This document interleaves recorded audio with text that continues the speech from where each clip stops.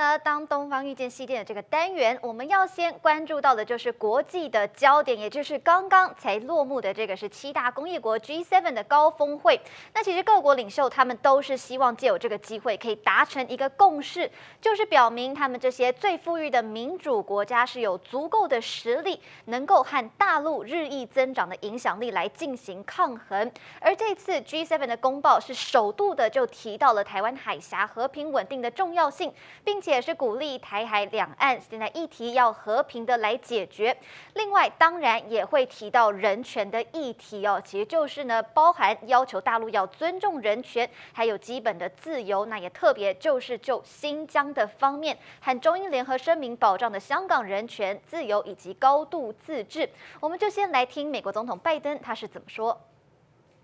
From human rights, the origin of the COVID virus, Taiwan, what do you think China needs to do to ease tensions? I think China has to start to act more responsibly in terms of international norms on human rights and transparency. Transparency matters across the board. 所以其实拜登他是希望就是可以借此来拉拢一些欧洲的强权，就是要一起来对抗大陆。但是其实欧洲的内部他们也开始出现一些不同的声音，像是加拿大的总理杜鲁多，其实他会后的时候他是表示G7 的领袖他们是同意必须要团结以及坚守立场来因应大陆的挑战，所以他的观点和拜登是比较相近的。但是看到了意大利总理德拉吉，他是说峰会的公报必须要坦白的分清楚西方跟大陆的不同。那另外，法国总统马克宏他在 G7 的峰会闭幕的时候，他是澄清了 G7 并不是敌视大陆。我们也一起来听。Canada led the way on a common approach to addressing the challenges posed by China. As partners, we must stand strong and united. And at this weekend's summit, we agreed to the action needed to do just that. Bisogna cooperare, ma essere franchi sulle cose che non condividiamo e non accettiamo. Il presidente americano ha detto a un certo punto che il silenzio è complicità. Questo è un po' quindi cooperazione, compétition et franchezza. Et donc, je vais être très clair, le G7 n'est pas un club hostile à la Chine. C'est un ensemble de démocraties qui entend travailler avec la Chine sur tous les sujets mondiaux sur lesquels la Chine est prête à travailler avec nous, qu'il s'agisse du climat, qu'il s'agisse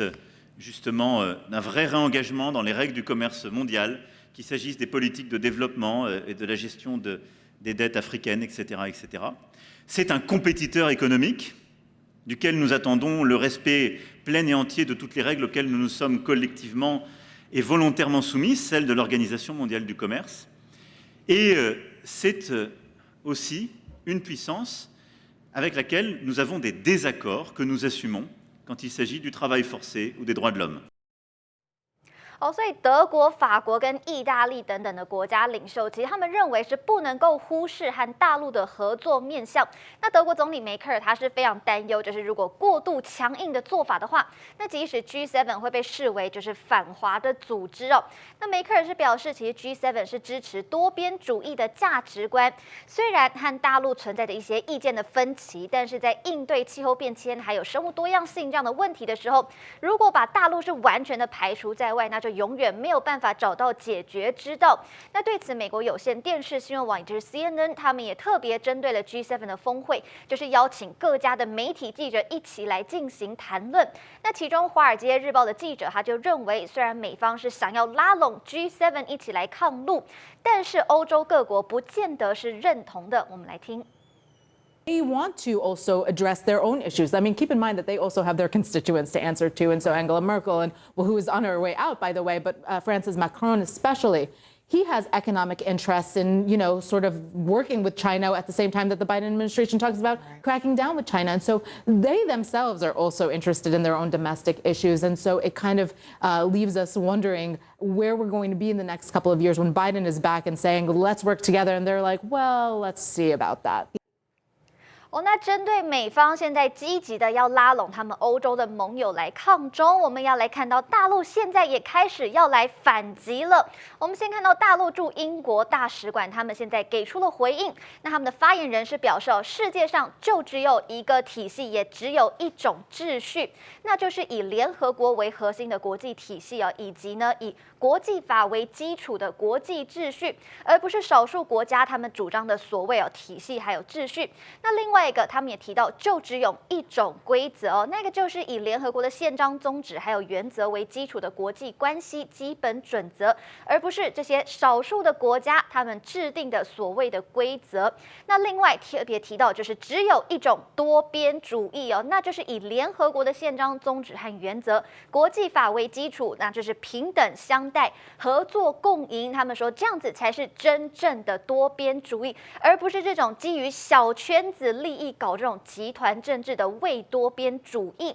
那另外我们再来看到环球网呢，他们也是发表了社评那么标题其实就是直接写着 G7 公报造势，中国人不吃这一套。环球网就提到了，这一切其实就反映出了美国其实是有能力能够带动西方主要的国家，但是呢，美国没有办法把最极端的主张七国化或是西方化。那另外，其实西方媒体也有特别报道说，七国的领导人他们在讨论大陆这个议题的时候，就发生了各种激烈的辩论，因为大家的意见都不一样。那尤其就是刚刚提到的德国和意大利以及欧盟的领导人，他们是反对以这种对手的方式来和大陆打交道，是希望可以透过合作的方式。那最后呢，其实公报也显示了这个美国他们主导各方妥协这样的一个产物不过，其实社评接着又写到了，大陆完全不需要被这样的情况给吓到。那其实过去与大陆就人权这样的问题的冲突的时候，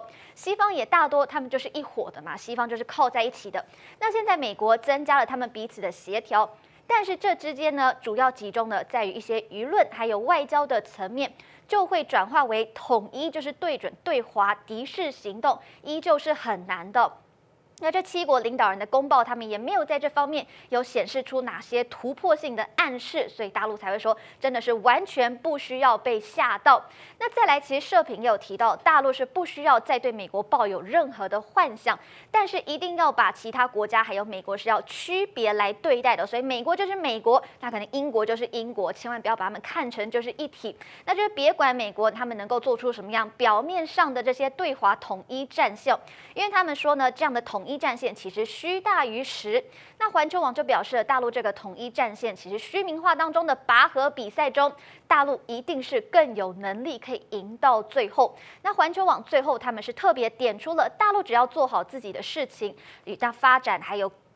各国这样发展正常的关系，就能够来突破美国对华图谋。那美国则是需要很费劲因为一方面他们又要去拉拢一堆的盟友，那时间就会拖垮美国这一套的。那大陆自己走稳了，其实呢就不用去推他绊他。那他们说美国自己就会跌跤。而且其实呢，我们也看得出来，尽管 G7 的峰会美方看似处处要拉拢欧洲的强权，但是其实如果真的要执行起来的话，还是有相当的难度。那也因此，大陆是表明其实根本就是不需要害怕的。而接下来的这些北约还有欧盟的峰会，那拜登势必又会再提出一些探讨合作来应对大陆的挑战。不过现在看起来，其实北约大多数的国家，他们完全不想呼应拜登的这一套，因为他们认为跟大陆之间还是必须要有一些经贸的往来。以上就这节的当东方遇见西方。好，我们要来提醒大家，如果您想要知道最到位的国际时事分析，或是最精准的国际趋势解读，请立刻订阅全球大视野频道。在中天电视频道首页底下的频道精选，第2个 logo 就是全球大视野，请大家立刻点击进入，帮我们订阅、按赞、分享，并且开启小铃铛。